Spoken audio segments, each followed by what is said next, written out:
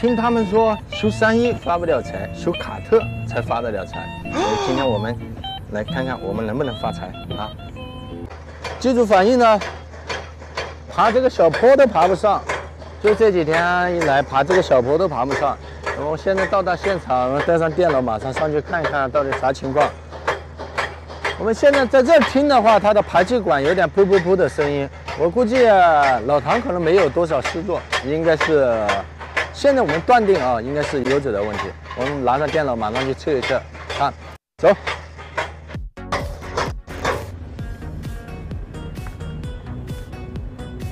首先，我们第一步，电脑开机前，我们先进入这里维修系统，3个 F 1个2，看一下现有故障代码有哪些。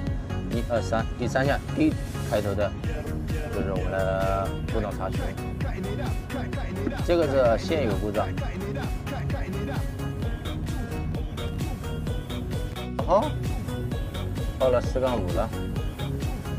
那么我们依照这个报警代码的解析的话，就是油嘴线路有问题，立马开盖看看有没有讲。首先我们第一步量一下电路有没有短路或者断路，线路正常的话，那么就进行下一步拆电子阀，以及拿新的电子阀插上怼一下。如果不报警的话，那么肯定就是电子阀的问题。现在我们马上把这个新的电子阀，一定记住哦，要趁热，要不然冷了它的故障就会转移的，所以一定要趁热把它装上啊！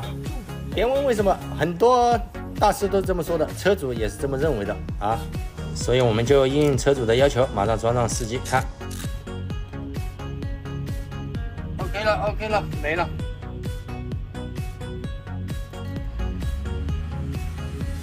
正常了，放上你声音。现在把原来报警全部给它清除了啊！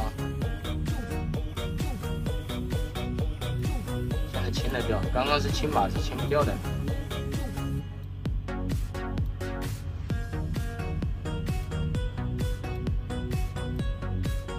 GPS 都清不掉。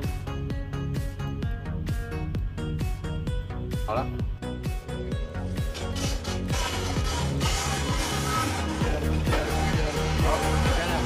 应该是卡住了，刚刚帮跳了一声，卡了。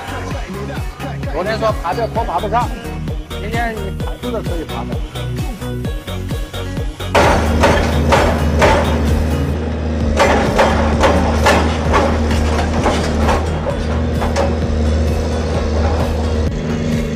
朋友们，现在听这个发动机，是不是纯多了？这个声音，嗷嗷的，现在原来是啪啦啪啦啪啦的乱响。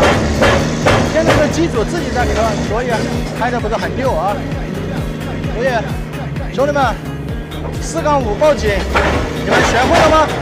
你们没学会，老唐换这个电子阀也发财了啊！所以说修卡特能发财，绝对没错。我们下期再见。